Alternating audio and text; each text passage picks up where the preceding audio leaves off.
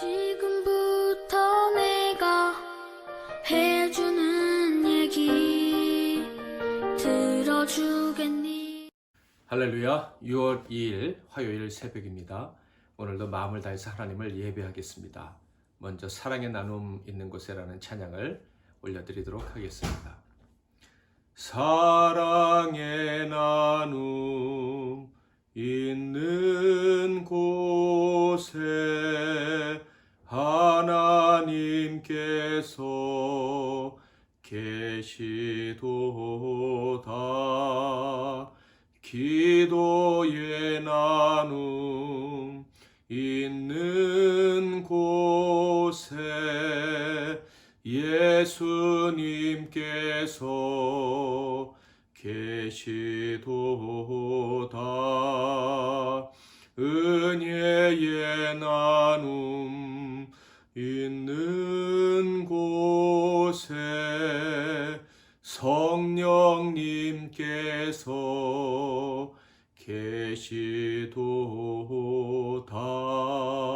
계시도다. 아멘. 오늘 하나님께서 주시는 은혜의 말씀은 신약성경 고린도전서 1장 1절부터 17절 말씀이 되겠습니다. 고린도전서 1장 1절부터 17절 말씀, 제가 1절부터 3절 그리고 17절을 봉독해 드리겠습니다. 하나님의 뜻을 따라 그리스도 예수의 사도로 부르심을 받은 바울과 형제 소스데네는 고린도에 있는 하나님의 교회 곧 그리스도 예수 안에서 거룩하여지고 성도라 부르심을 받은 자들과 또 각처에서 우리의 주 곧 그들과 우리의 주 되신 예수 그리스도의 이름을 부르는 모든 자들에게 하나님 우리 아버지와 주 예수 그리스도로부터 은혜와 평강이 있기를 원하노라. 그리스도께서 나를 보내심은 세례를 베풀게 하려 하심이 아니요 오직 복음을 전하게 하려 하심이로되 말의 지혜로 하지 아니함은 그리스도의 십자가가 헛되지 않게 하려 함이라. 아멘. 오늘은 교회여 오직 복음만을, 교회여 오직 복음만을 이란 제목으로 하나님 말씀을 상고하겠습니다. 고린도전서 1장 1절과 2절을 읽어보면 성도인 우리는 교회에 대해서 큰 자부심을 가지고 살아야겠구나 하는 것을 느끼게 합니다. 하나님의 뜻을 따라 그리스도 예수의 사도로 부르심을 받은 바울과 형제 소스데네는 고린도에 있는 하나님의 교회 곧 그리스도 예수 안에서 거룩하여지고 성도라 부르심을 받은 자들과 또 각처에서 우리의 주 곧 그들과 우리의 주 되신 예수 그리스도의 이름을 부르는 모든 자들에게 1절에서 사도 바울은 자신과 동력자 소스데네가 하나님의 뜻대로 부르심을 받았다라고 이야기를 합니다. 그리고 2절에서는 하나님의 교회와 그 교회의 구성원들 역시 하나님께로부터 특별히 부르심을 받아 성도 곧 거룩한 무리가 되었다라고 이야기를 합니다. 그러니까 그들 모두는 하나님께 특별히 부르심을 받은 사람이라는 거예요. 그런데 특별히 성도 즉 거룩한 무리로 불림을 받는 이유가 있다고 합니다. 바로 예수 그리스도 안에 있기 때문이라는 거예요. 예수 그리스도 안으로 부름을 받았기 때문에 우리가 거룩한 무리가 되었다 하는 것이죠. 그러니까 사도 바울만 하나님의 특별한 계획 가운데 부르심을 받고 사명을 받은 게 아닙니다. 우리 교회 모든 성도들 역시 하나님의 특별한 계획 가운데 예수 그리스도 안으로 부르심을 받고 또 소명도 받은 사람들인 것이죠.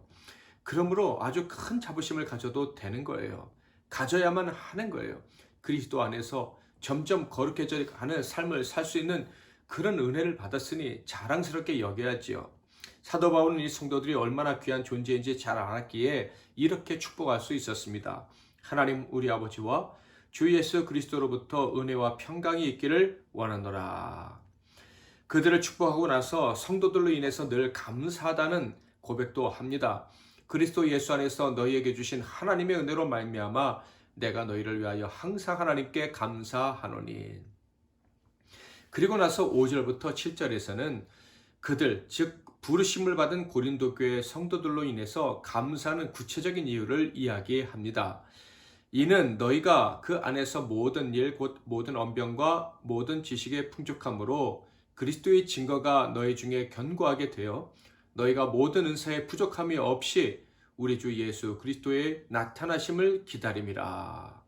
고린도 교회 성도들에게 언변과 지식이 풍부했고 그것으로 그리스도를 잘 증언했다. 그것 때문에 기뻐했다, 감사했다라고 하고 있어요. 게다가 많은 은사들이 나타나서 많은 사람들에게 그리스도에 대한 믿음을 더 확고히 하도록 도와주었다. 그래서 감사다라고 이야기를 하고 있어요.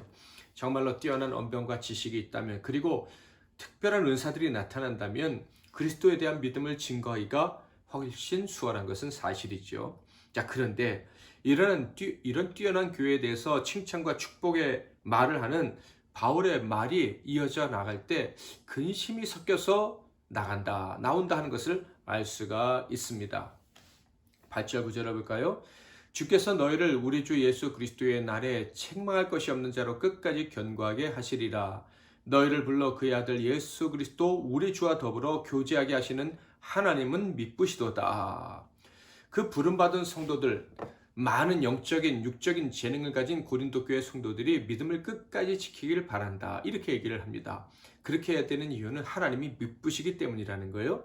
믿을만 하신 분, 변함이 없으신 분이다. 이런 뜻이죠.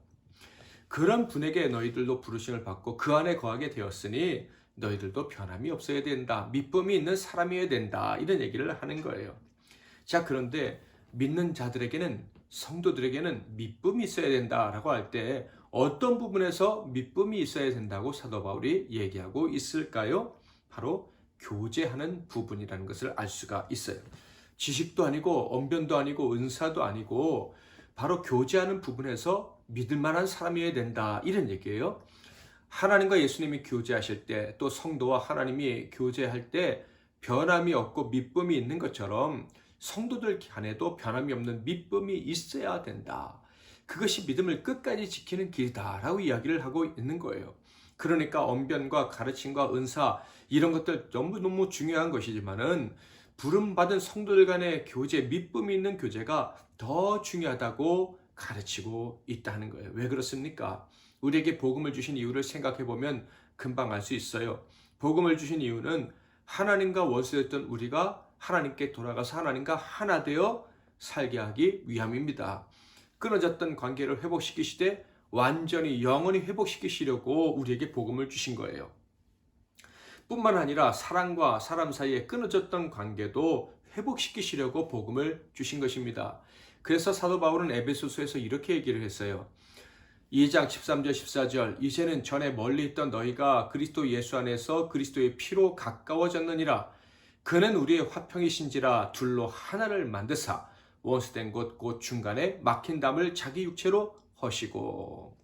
그러므로 아무리 지식과 언변과 은사가 출중해도 그것들을 이용해서 교회가 든든히 세워지고 크게 부흥하게 된 것 같아도 교제가 끊어진다면 복음의 역사도 소멸된다 하는 것을 알아야 돼요.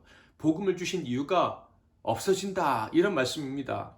그래서 사도 바울은 고린도 교회가 끝까지 견고한 믿음의 성도들로 남기를 바라면서 이런 말을 꺼낸 거예요. 형제들아, 내가 우리 주 예수 그리스도의 이름으로 너희를 권하노니 모두가 같은 말을 하고 너희 가운데 분쟁이 없이 같은 마음과 같은 뜻으로 온전히 합하라. 너희들이 하나가 되어야 그리스도의 날까지 끝까지 믿음을 지킬 수 있다, 이런 얘기예요. 왜 그런데 바울이 이런 말을 했을까요? 11절 내 형제들아, 근로의 지편으로 너희에 대한 말이 내게 들리니 곧 너희 가운데 분쟁이 있다는 것이라. 사도 바울이 소식을 들었는데요, 그토록 귀하게 여기는 고린도 교회 성도들 내에서 교제가 끊어지고 분쟁이 일어났다는 거예요. 그들에게 서로를 향한 신실함이 있어야 되고 그리스도 예수 안에 있는 자들에게서 마땅히 나타내야 된 거룩함이 있어야 되는데 그 거룩한 성품이 사라졌다, 이런 말씀인 거죠. 곧 고린도 교회 내에서 복음이 소멸되어져 가고 있었던 거예요. 하나님께서 자신들에게 왜 복음을 주셨는지 이것도 잊어버리고 있다, 이런 얘기죠.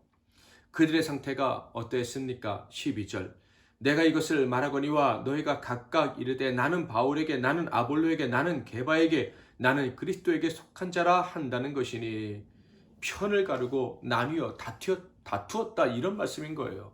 기가 막힌 이야기죠.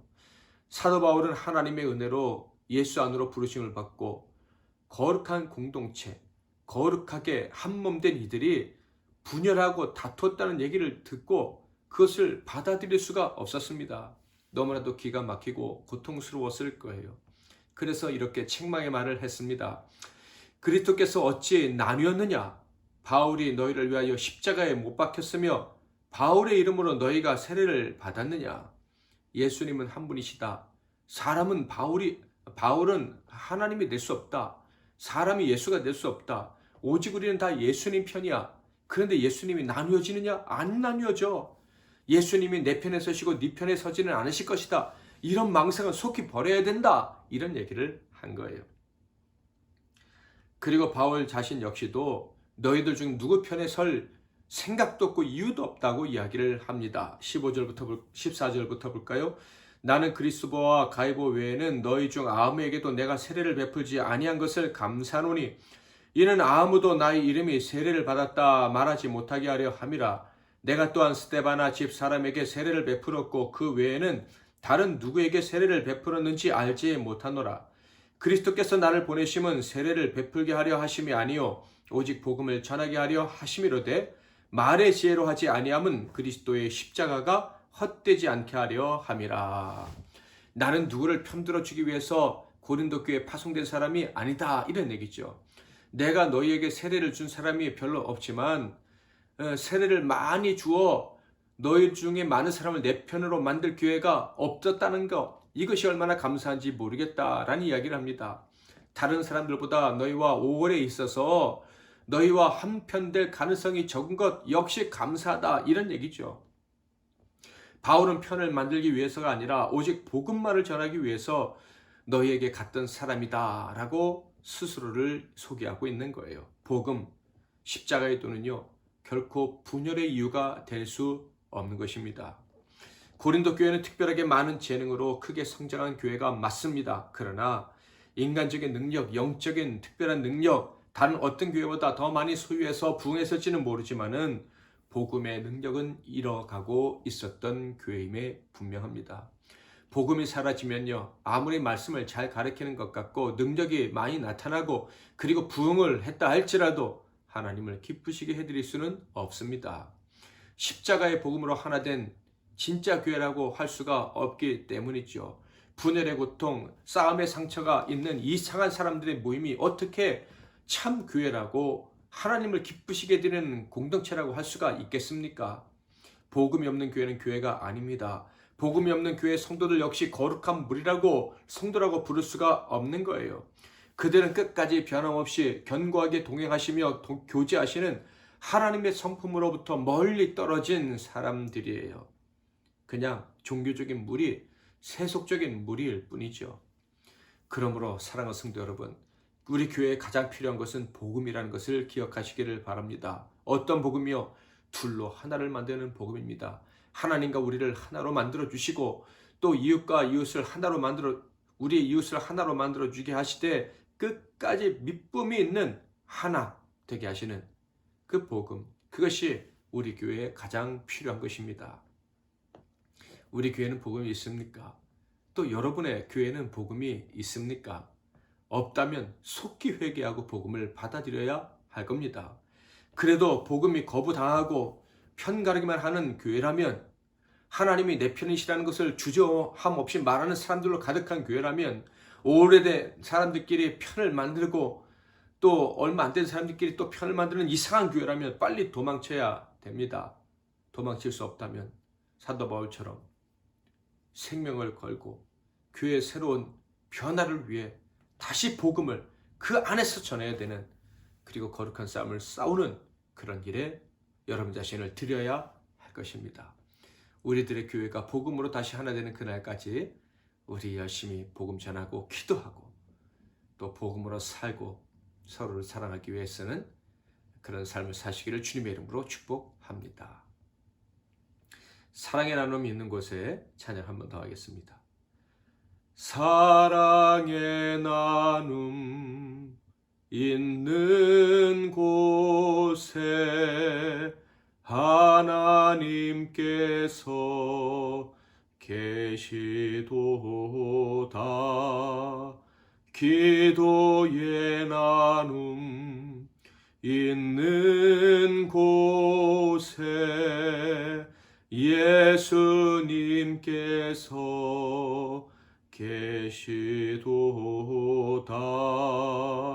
은혜의 나눔 있는 곳에 성령님께서 계시도다. 기도 제목을 드리겠습니다. 첫째, 우리 죄인들을 구별해서 불러주시고 복음을 듣게 해주시고 복음의 능력으로 하나님의 사랑 안에서 하나 되어 살아갈 수 있는 복을 주시며 끝까지 교제할 수 있는 성도들을 만나게 해주심에 감사하는 고백의 기도를 하나님께 올려드리겠습니다. 두 번째로는 복음 대신에 지식과 언변과 신비한 능력을 추구하는 교회들이 이 땅에 있음을 우리가 부정할 수가 없습니다.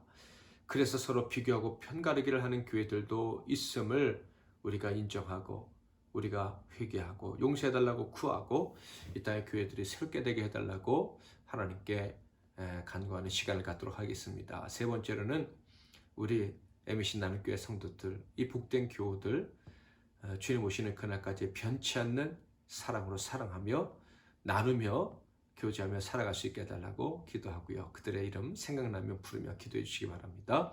오늘 하루의 삶 주님께 맡기며 기도하겠습니다. 그리고 오늘 특별히 제가 환우 신방을 하게 될 터인데 그 환우를 하나님 만져주시고 구원받게 해주시고 고쳐달라고 기도해 주시면 감사하겠습니다. 기도하겠습니다. 하나님 아버지, 우리를 불러주시고 복음으로 하나님과 그 거룩한 관계를 맺으며 살게 해주시고 이웃들과 사랑하며 살게 해주시니 감사합니다.